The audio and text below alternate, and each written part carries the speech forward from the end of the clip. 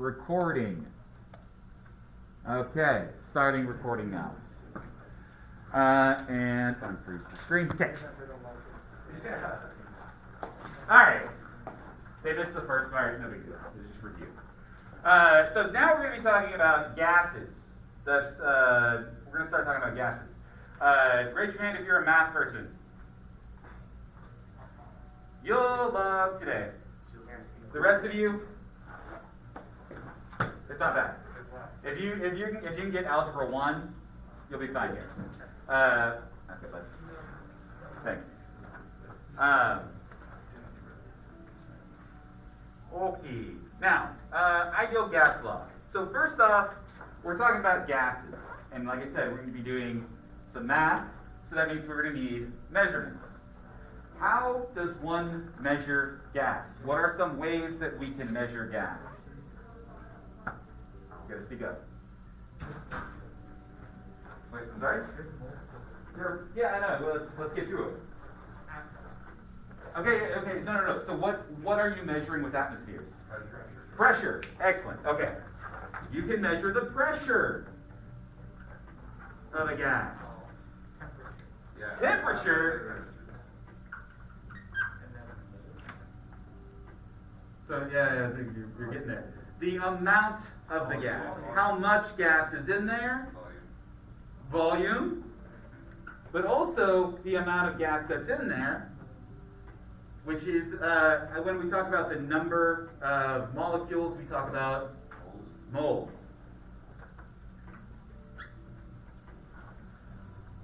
These are the 4 things that we're going to be really talking about today.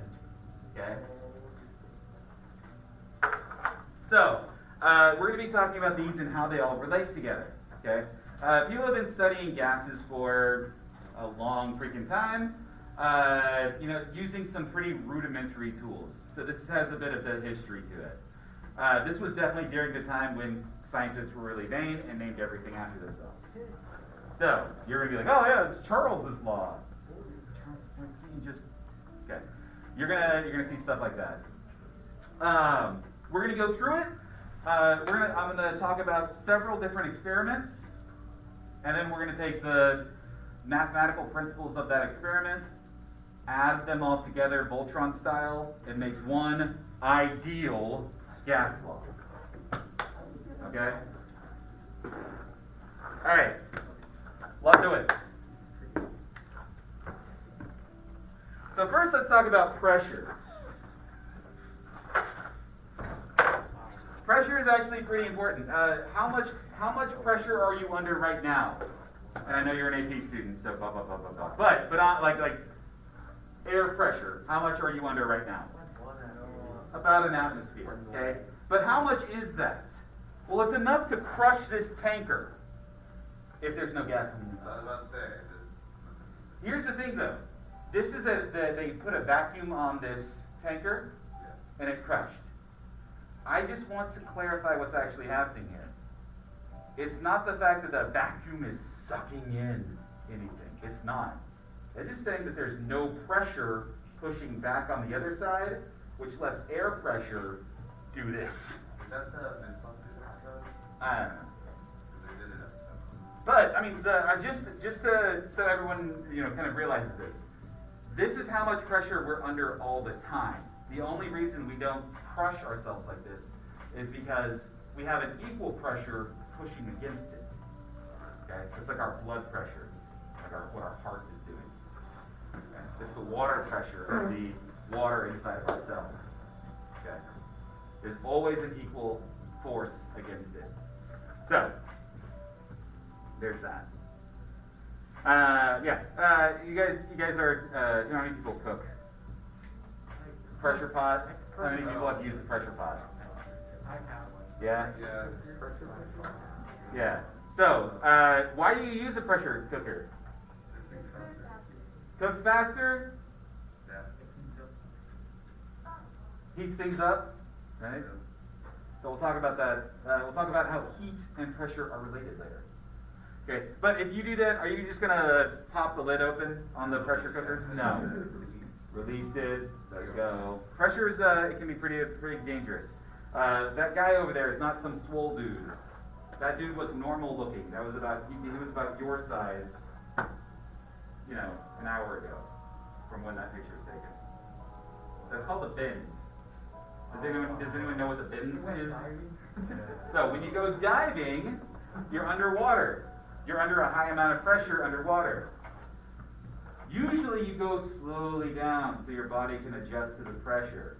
But let's say that if you're down there in the high pressure area, and all of a sudden, your oxygen tank springs a leak, and you need to get out now. So you swim up to the top as quickly as you can. That change in pressure leads to that. That's basically, again, your body used to pushing more against the water pressure. All of a sudden, that pressure goes away, so your body expands outward. Not fun, guys. It's probably very painful. I would imagine that he's not comfortable. Right? But then again, if you wanna get swole quick, that's I don't know if that's I feel like swole. yeah. I think that's might be I don't think that he's really wanting to move. All right, so these are some examples of pressure. Okay. Pressure is something that we've talked about moles. We've talked about volume. We've talked about temperature. We haven't talked about pressure, so that's what we're doing here. Units. One thing, since we're talking about math, I also want us to talk about units. I want you to always question yourself. What units is this? Okay? Always think about what unit is this? Okay? So, pressure can have a lot of different units. Right? Pascals, bar, pounds per square inch, inches of mercury column, grams per square centimeter, blah, blah, blah, blah. Atmospheres is a big one that we use. So in this class, we're going to be using two. We're going to be using atmospheres and torr. Okay? An atmosphere is how much pressure you are at, the average pressure at sea level. Okay? That's one atmosphere. So, since we are quite a bit above sea level, we're not quite at 1 atmosphere in this room. We're probably like 0.9 something, 0.8 maybe.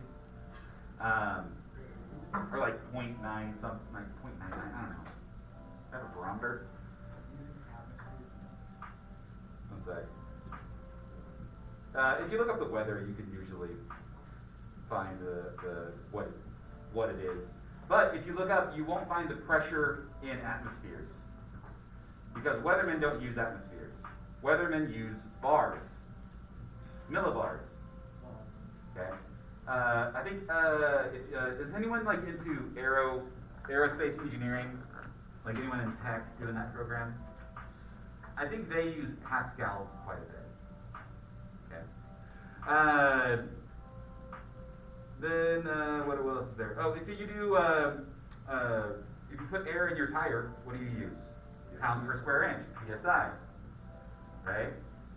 So really, it just depends on what field you're in, right? That determines What you use, yeah. And it's just so your numbers look better, right? Or easier to work with. What did you say the other one we were going to use the other day? Torr. Torr? Torr. Torr, just so you know, if you look on your constants and equation sheet, you will see how much 1 atmosphere converts to how many torr. It's pretty easy, it's 760. 1 atmosphere is 760. Do we have to memorize that for the AP exam? You have the constants and equation sheet. Oh, that's right. There you go. So there's that. Constant equation sheet, there it is. There's going to be a lot. So far,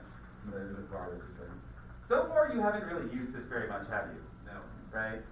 You might have been like, wait a second, what's Planck's constant or something like that, right? But for the most part, you haven't really dealt with this very much. We're now getting into this section where it says gases, liquids, and solutions. That's going to be your new favorite section. Okay. All right. You also have inches of mercury. So like I said, you'll have been using this for quite a while. Why do we have inches of mercury? Because of how they used to measure pressure. So, this device, you guys know a barometer? Yeah, Kinda. You've heard of it? yeah. Barometric pressure. So if it's barometric pressure, what do you think it measures? Well, I'm saying, like a barometric pressure, what does a barometer measure? Pressure. Okay. Yeah, same thing here, but this is similar, but it's called a manometer. Manometer. Manometer. Manometer. Manometer. So anyways, this is how it works. You have a little binned tube, glass tube full of mercury, okay? And you attach some gas to it that has a pressure. All right? You do that. So normally, if you just had an open binned tube with mercury in it, what would it look like? The two ends would be level, right? But if I put pressure on one end, what happens to the mercury? Goes up, right? And how did they do their measurements? Well, what's the distance that this mercury rose? And they measured, because they were English, in inches. Which is why one of the measurements for pressure is inches of mercury. Yeah. Why mercury? It's a liquid metal that is generally unreactive to a lot of things. And, I mean, it's dense, Yeah. but it will still displace. So, there. So yeah, this is one reason why we use inches of mercury. We don't use inches of mercury anymore, other than like historically, right? It's not a good way to measure things. All right, so let's start talking about these experiments. Dude named Boyle. Dude named Boyle came up with this using one of these manometer type things, and he realized something. He went through and he found the volume of a gas and how much pressure that volume had. And he was like, okay, it has this volume, this pressure. This volume, this pressure. This volume, this pressure. This volume, this pressure. He was going through around. It's the same gas, same amount of gas, but if you change the pressure, it changes the volume. If you have a different volume, it changes the pressure. Okay? And he saw that if you had a big pressure, it was a small volume. A big pressure was a even smaller volume. Which kind of makes sense, right? If I take a balloon, or actually, God, where did my syringe go?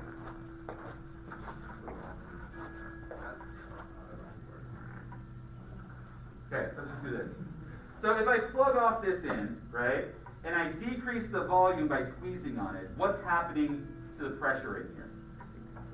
Pressure goes up, right? Decrease volume, pressure go up, right? If I increase volume, pressure go down. Creates a vacuum, right? That makes sense. So how do you express that mathematically? Like this. So there is K. K is going to be some kind of constant. Okay? Doesn't change. And if volume goes down, what happens to the pressure? It has to go up for K to remain constant, right? So mathematically, this is what it looks like. We all good? Yes. Cool. Here's the thing about this, though. If you change the temperature, this is no longer true. If you change the number of moles, it's no longer true. Makes sense, right? If you add gas. So this is just pressure volume. Pressure volume. Only talking about pressure and volume, you have to keep everything else exactly the same. All right? We all good? So, well, hang on one second. So if we have two different scenarios, we have P1 and V1, that's going to equal K, right? But if we have a different scenario, pressure, temperature, or the temperature, number of moles stays the same. Different scenario though, where we have P2 and V2. Well, that still equals the same K, right? Which is why we can set them equal to each other and go about this. Algebra. This is algebra, right? Yay. Which means, if I give you this problem, could you go through and solve it using this? Sure. I mean, you go through, it's like, okay, you have 1.53 liters. Well, that's my volume. Let me kind of just reset my board. I'm getting excited. We got volume for scenario 1. We got pressure for scenario 1. For scenario 2, we changed the pressure to this. So now we're in scenario 2. We got that. And they're asking for the new volume. This is going to be our x. Can you solve for x? Sure. You just isolate x by taking this P1 V1 over P2 equals V2. And then we can solve for it, right? No problem there. This is where dimensional analysis can actually help you out a little bit as a quick self-check. Because we're talking about pascals times liters equals pascals and liters.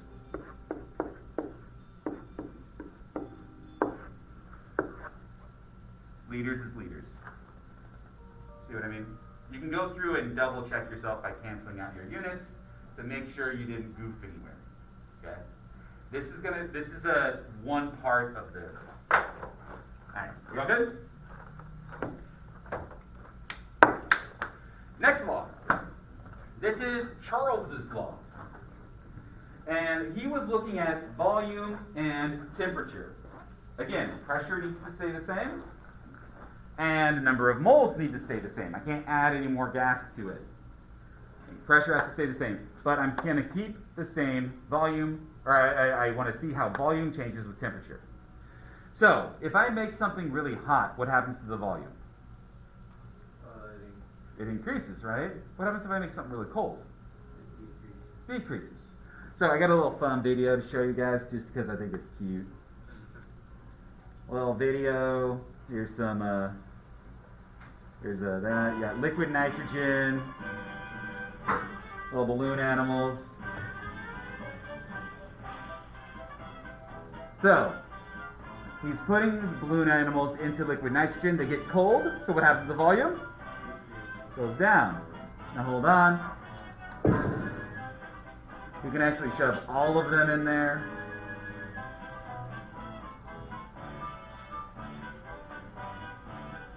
But what happens whenever something gets hot? What happens to the volume? It goes up. So when they return to room temperature, they go back to the original volume.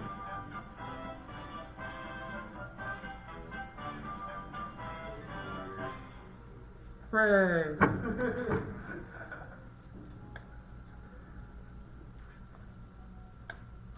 Okay. So, in general, if the temperature goes up, volume goes. Temperature goes up, volume goes up.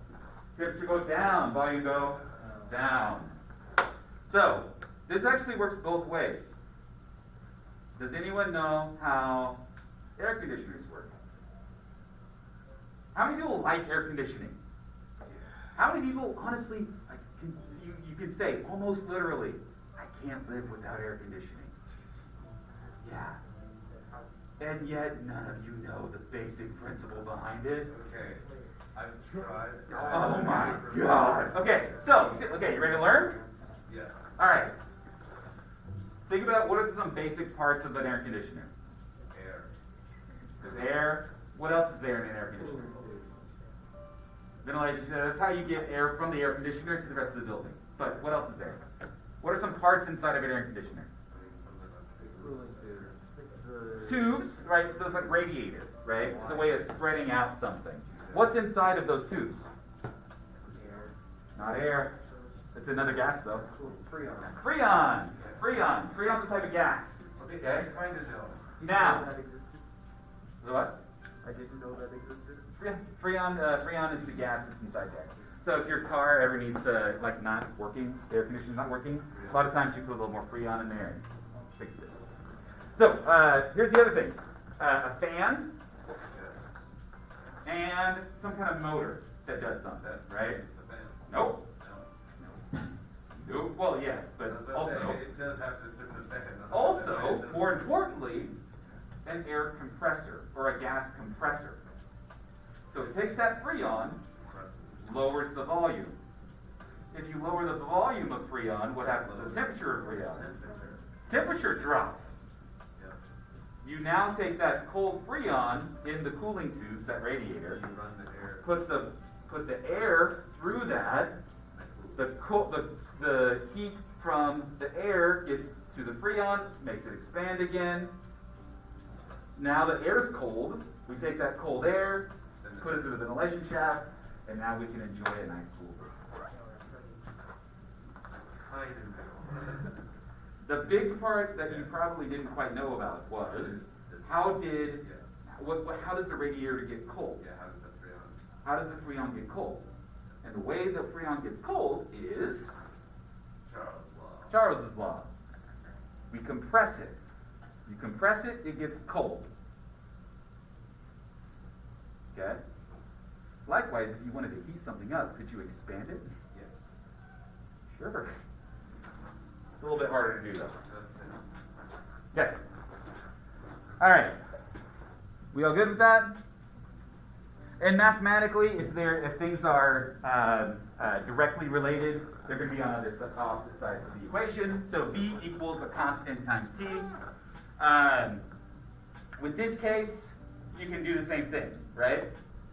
Where you have V over T equals V2 over T2, right? Same idea. We all good so far? Okay. Next one, Gay-Lussac's law. Wow. French. I don't know. Does anyone speak French? No. Whatever that is. I'm not great at French. Have you tried? No. I'm getting trying to learn some Dutch. Yes. The equation for the last one, V over D would be over D. Yeah. You want. There's an easier way of remembering these that I'm going to get to at the end of the lecture. So, same idea here, pressure. So pressure and temperature. If I increase temperature, what happens to the pressure if I keep the volume the same? So, I saw this on the internet. Someone took a can of like tomato paste, put it on a hot plate or an oven, turned the oven on. What happens to the can? The thing goes Pressure goes up, right? I increase temperature, pressure goes up.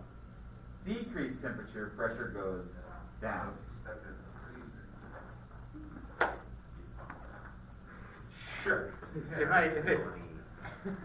Hey, so same idea here, right? So where you have, if pressure goes up, temperature goes up, pressure goes down, temperature goes down. I guess you probably have seen this. I don't have any on me, but you know the canned air used to dust like keyboards? Oh, You turn it upside down and it gets really cold, Yeah. right? That's pressure going from a low pressure to a high pressure, which means your, pressure goes up, so temperature goes down. No. No.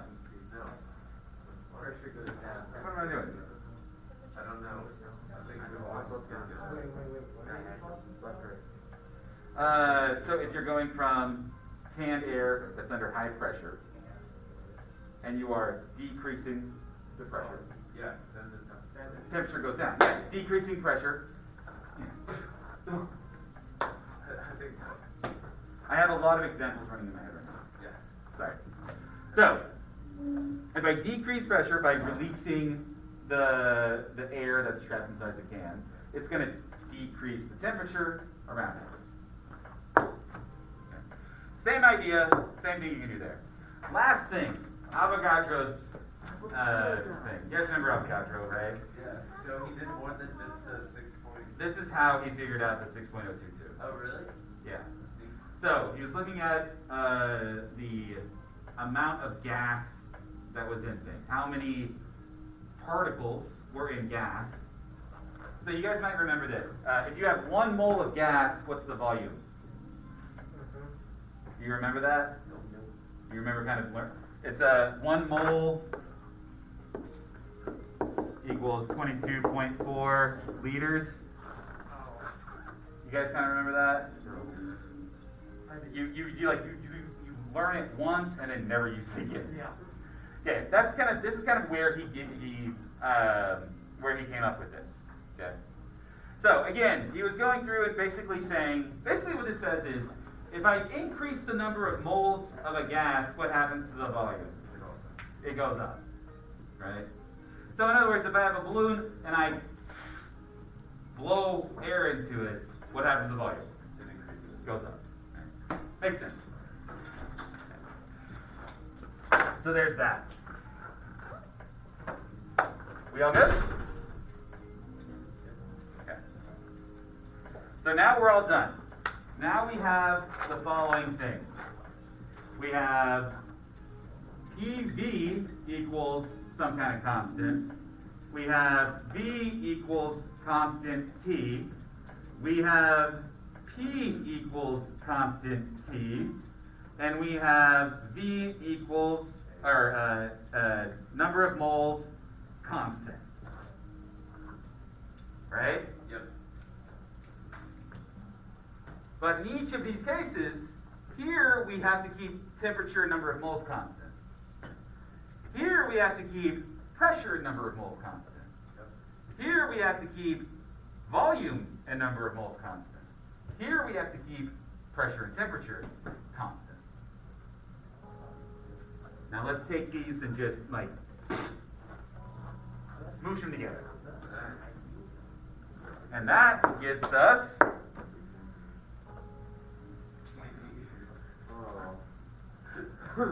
R is like your super constant. Okay? So, you guys remember what I said before. Always, you should be thinking about what is your units for things. Okay?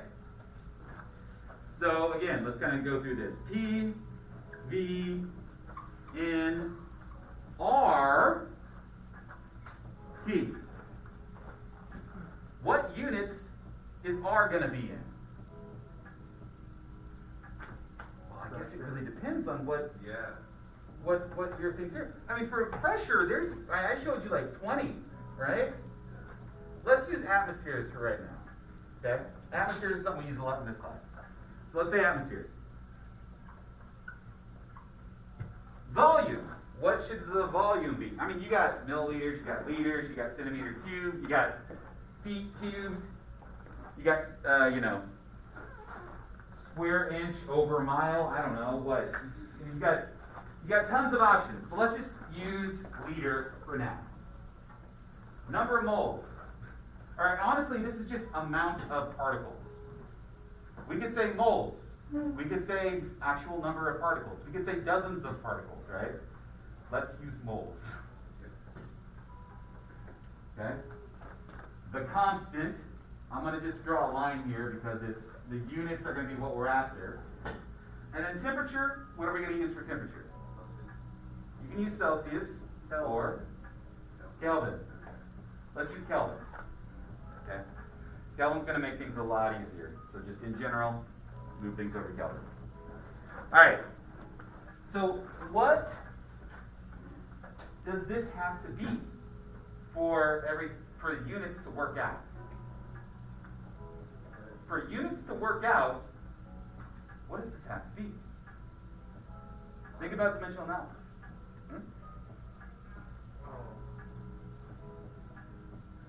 So, for all of this to equal this, what has to cancel out? You need to cancel out your,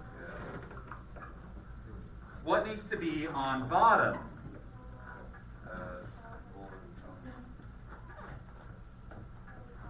And so what has to be on top? So what are the units for your R? Atmosphere liters per mole Kelvin.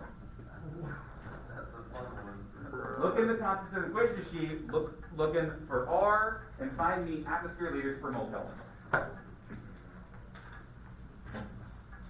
And what's that number?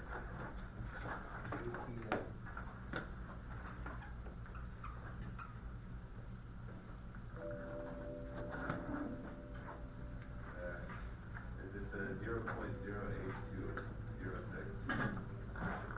Oh, yeah. There you go. But here's the thing, what if I gave you a problem and I didn't give you atmospheres? I gave you 4 instead. So instead, I gave you this. What would your units of R be? Torr liters per mole Kelvin, right?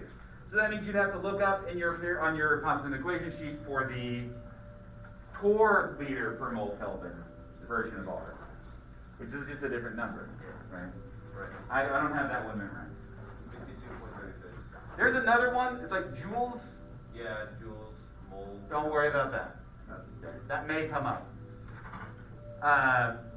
There's that. We all good so far? Sure. Sure. Sure. I'll say this. You want a baseline rule? If they're giving you torr, look at your constant equation sheet for the torr R.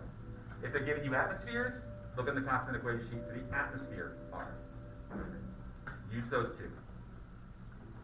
Other than that, we're just going to be plugging and chugging.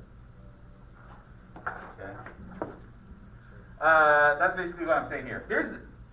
Honestly, there's tons of different R's out there. Depending on the field that you're in, if you're in engineering, mechanic, and you use pounds per square inch a lot, you're going to use one with pounds per square inch and feet cubed because you're American. I am American by location, but scientifically, I'd rather use atmosphere liters per mole Kelvin. You know, that's the one I'm going to be using. But yeah, if you are a meteorologist and use bar, you're going to use the R that has bar. You don't have to memorize all these. The only ones that I'm going to ask you to memorize, or not memorize, to be aware of, are the 2 that are on your constant equation sheet. Or I guess 3. Okay? I'm just letting you know what's out there, just in case you happen to want to go into meteorology. Alright, you ready for a practice problem? Sure. Now here's the thing. This is going to be a very simple problem as far as ideal gas law comes. Okay? If I have 4 moles of a gas, I'm going to actually rewrite this. I need to change this. 4.00, 5.050, 12.0. I copy and pasted this off something and it annoys me whenever people just say things, right? Okay. So here's the thing. If I have 4.00 moles of a gas at a pressure of 5.60 atmospheres and a volume of 12.0 liters, what is the temperature? Alright, here's the thing. You're going to need to know the ideal gas law. Now, repeat after me. PV equals nRT. PV equals nRT. PV equals nRT. You need to just have that on the top of your head. PV equals nRT. It's an easy enough, it almost rhymes. It has good cadence to it. PV equals nRT. Alright, so that's going to be the formula that you're using. Okay? Hang on. So we need PV equals N R T. Now here's the thing. Do we know pressure? Yeah. Pressure, check. Volume, do we know volume? Check. Number of moles. We always know the R, and Just don't know the temperature is our X. Can you rearrange this to solve for T? Yeah. Done, right? Now you just plug and chug. Put the pressure there, the volume there, the number of moles, and your R, and your answer. Not too bad, right? Now, let's say that you somehow forgot PV equals nRT. Just look at your units, right? Even if you do remember, it's always a good idea to, again, check your units, right? So, what is pressure? Atmosphere. What's volume? Liters. In moles. And then for R, it's the 0.0. atmosphere, no, units. Atmosphere liters per mole Kelvin, right? That's a fraction and a fraction. Yep. What happens when you do a fraction within a fraction? Nah. All you gotta do is reciprocal. Take these things, put them on top. Whoop.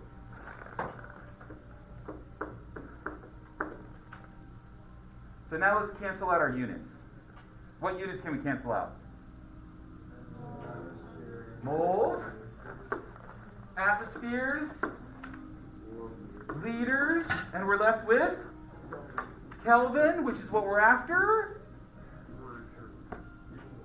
These are, like, honestly, it takes just a few seconds, even less time if you really practice it. Do this and you can grade yourself if you did it right. Okay? You don't, like, especially on an exam, if you're double checking yourself, double check your units. But to do that, you have to actually write your units down every step of the way. Okay. So yeah, there's that.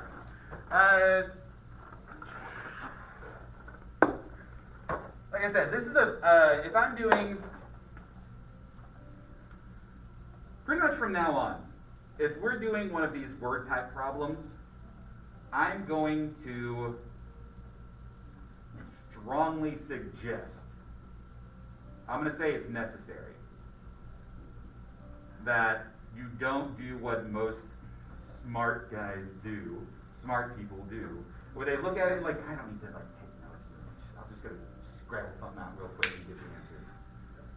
Don't. Organize yourself. I'm going to show you what I do. Come up with something similar. Okay? I like tables. Okay?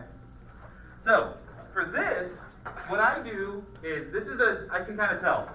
Okay, gas, pressure, moles, volume, temperature. In my head, I'm thinking, ooh, ideal gas law problem, right? So that means I'm going to need to know P, V, N, R, and T. I'm going to make a table. Do I know pressure? Oh yeah, I do. 5.70 or 5.60 atmospheres. Do I know volume? Yes. Yes. 12.0 liters. Do I know number of moles? 4.0 moles. Do I know R? Yes. In fact, I can at this point choose which R I'm going to be using. And this is liter, atmospheres, mole, Kelvin. And do I know temperature? Well, it says temperature, but it says what is in front of it, so that's my X. Right? So there we go. This is going to be super helpful because, like I said, this is the baseline PV equals nRT problem, right? So let's go through and solve this.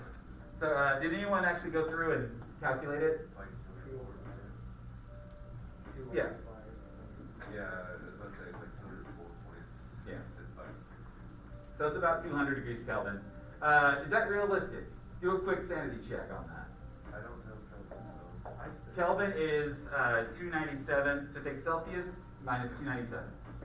Yeah, that sounds about right. So it's, sounds a little cold? Yeah. It's cold. But it's not stupid colder. It's just cold. So, alright, sure, it's cold. So it's like negative 90. Yeah, negative 100 degrees. It's not crazy. I mean, for a human, Yeah, that's why humans use Fahrenheit, the I know. dumbest of all temperature scales. yeah, but for humans it makes sense. Alright, so there's this. Do you see why I go about and getting this? What happens if I see another problem and all of a sudden I don't have this? Can I use my PV equals nRT? No. I mean, I have two variables now. I have X and a Y, right? The thing is that maybe somewhere in the problem you can figure out what N is. Maybe you can do some stoichiometry, right? Maybe you can do something like that. Figure out N, I mean, it's cool. and then continue on with your PV equals nRT problem. I mean, they probably just give you like the particles, like that's something fine.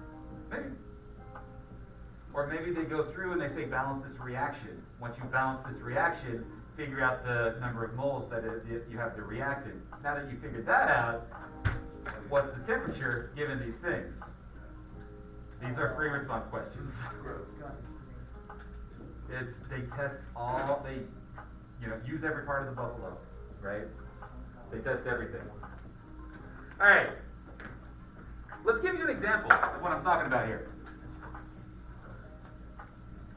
This is one reason why I like tables. Because remember what I said about there's scenario 1, scenario 2, P1, T1, or P1, V1 equals P2, V2, right?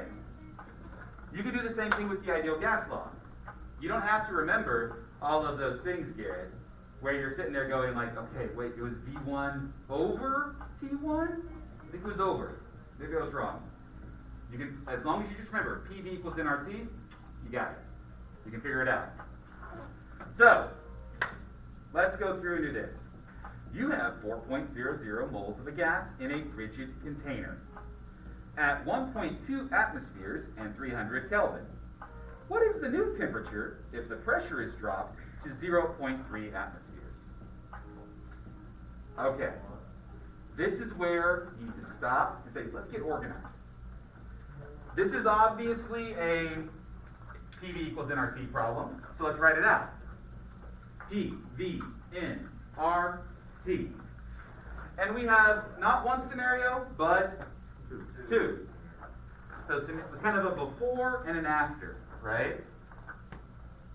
So what is the pressure at scenario 1? 1.2. Okay. And the volume in pressure 1, or at scenario 1? Oh, it doesn't say, does it? No. We don't need to. This So- is the table, we're not solving it. We don't know it. Okay? N.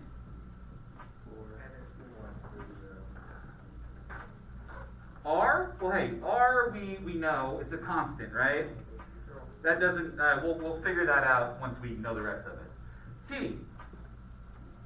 For scenario 1. 300 Kelvin. All right, now scenario 2. What's You're getting there, right? So, pressure for scenario 2. 0.3 atmospheres. Volume, we still don't know. But we do know, we don't know what the number is, but we do know how does the scenario 1 and scenario 2 relate to each other. The volume's the same as the rigid container. Rigid container? Rigid container means it cannot move. Volume is the same. So I don't know what it is, but I know they're equal. They didn't move. V1 equals V2, right? What about number of moles? Constant. Doesn't matter. 4.00. But at this point, it's the same thing, where we can say N1 equals N2. What about R? Well, R is R. It's always going to be equal, right? T. Oh, well, wait a second. T is what we're after, right? It's not equal. So all of these things are equal to each other, right? So I'm gonna write this out over here. So if I had P1 V, it's the same, equals N, it's the same, R, it's the same, T1, and P2 V N R T2. Well, hang on, I'm gonna rearrange this real quick to where I put all the ones together. P1 over T1 equals NRV. And here, NRV equals P2 over T2. Hey, wait, was that the Gay-Lussac law? I think that was the Gay-Lussac's law. Oh, yeah.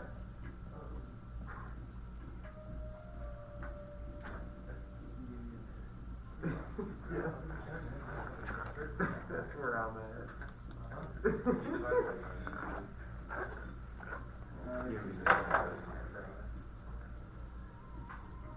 Right? So, let me back up. Does everyone get this step? Oh. Everyone get this step? Yeah? So I'm going to do the same thing down here. P2 over T2 equals NRV, right? Yeah. That's not the purpose. I was asleep when you were talking about all those laws. Watch the video. Yes. Watch the video. I will. So here's the thing. Yeah, man, it's totally not wrong.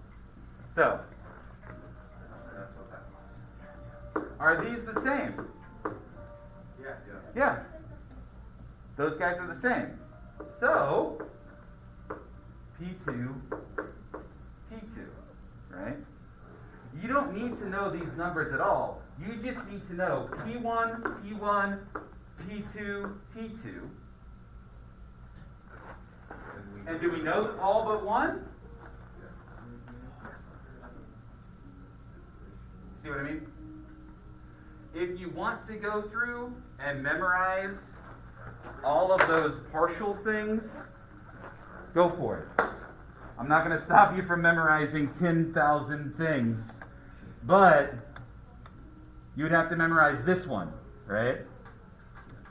And this one. And this one. Or take a little bit of work, do a little bit of algebra, figure it out on the fly.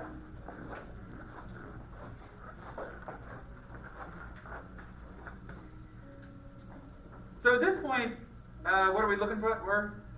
A new temperature? Yeah. All right, so that's going to be P2 times T1 over P1. Sure. That's algebra, guys.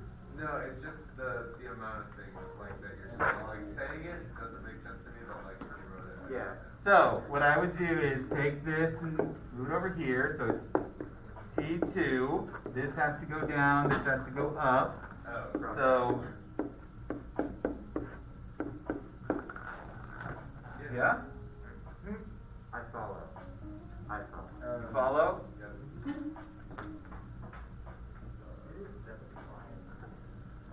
Yeah. Hey, get this. I made this up last hour, completely off the top of the dome. Somehow the answer ended up being 75. Exactly. Nice, yeah, I saw it. Yeah, I was like, oh, dude, that's amazing.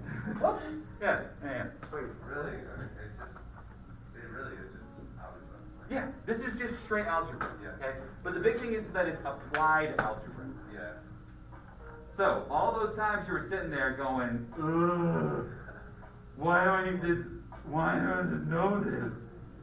Well, if you want to be a chemical engineer It's all this stuff. or chemist or honestly anything that has to do with there's a bunch of stuff. Yeah, algebra is a thing. There's a reason why we teach it. So you're finally just starting to use it. Yes. How did you get the reciprocal of the T1, T1? So, just to clarify over here. P2 over T2, right? This is what I started with, Yes. right? And how did I get here? Yeah. Okay. All right. So so I want to multiply both sides by T2. Okay. T2 on top. T2 on top. Those go away, right? Mm-hmm. So far, so good? Let me draw a line here. So those I'm going to just remove as I go. Now that's over here, right? All good? Wouldn't it be multiplying the entire fraction though? It's just, you can cross multiply. Okay. Cross I just multiply. started thinking Well, that. no, but like if you, Yeah. if you were to Okay. go to the other side. And then you're going to multiply both sides by T1, Oh. T1, T1, right? Yeah. And then you're going to divide both sides by P1. So you get, That makes sense. cross multiplying is a thing. You can, Yeah. I did it kind of quick. Yeah. Mainly because I don't know how much time I have left. All good? Yes. The big thing though, I'm going to suggest get used to drawing these out. Because then all of a sudden you can realize, oh, I'm missing something. What am I missing? Or you realize pretty quickly, like here, right? The volume. You're like, I don't have volume. I need volume. I can't solve it. I don't have volume. Wait. They're equal. Rigid container. Hooray. So, don't freak out if you're starting to freak out. Stop. Make a table. It works for woodworking and chemistry. Random quick question. Yeah. So, like, my auto thing was like, I wrote down the first one, and then I solved for volume. And then once you had that, I mean, I also noticed Yeah. that, like, the pressure. Here's the thing. You could totally do that. If you wanted to. It's a little bit of a long way, right? It's a bit longer. It's a bit longer, but you totally could. You know R, right? Yeah. That's not a mystery. You could totally solve for volume. And since you now know that the volume didn't change, Yeah. you could just, whatever this is, if this was I don't know, like 1.6 liters, it's now 1.6 liters over here, and now, whoops, 821, solve for X using this section. I did it even not as big brain way. I literally found volume in this one, and then because I knew like they're like equivalent, I knew that if 1.2 went to 0.3, I know 300 had to be a similar ratio. So I found. I mean, that's what that is though. I know. That's what They're it is. ratios. But then it was like I was checking for volume, but that wasn't what. Now what's really fun is whenever I continue on with this and say, what is the new temperature if we drop to 3 atmospheres? Comma, then the new pressure if heated to, I don't know, 290 Kelvin. So that means now it's not just 1, 2, it's 1, 2, 3. And you gotta Sudoku your way across. Or you can either Sudoku your way across, or you can do the, okay, hang on. Now you have, T1, T2, T3? Yeah. Everything is proportional. So it's one of those things where, again, this is an example of one of those challenge problems that honestly, I'm not expecting everyone to get right. Like, if you get right, good on you. Please remember, AP exam, 50% is passing. 70% is 5. Alright? So, if you're sitting here going, I only get half of this, good.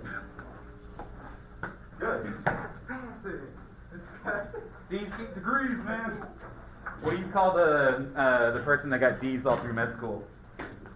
Doctor. Oh. No, that's old. That's old. It's old. All right, guys. Watch Canvas. I'm gonna throw an assignment up. It won't be due for a bit, but it's just just practice. Just problems. Practice problems. Get you guys used to doing these. Like, Still thinking about that last bit. as far as custom, You want to? well, I'm just like, sure. I think it depends. Do you do physical or PDF? You do PDF? How do you feel about piracy? Okay, I'll get it to you. So it's one of those things where it's like it is a pirated text, but it's ours. So yeah, I'll send it your way.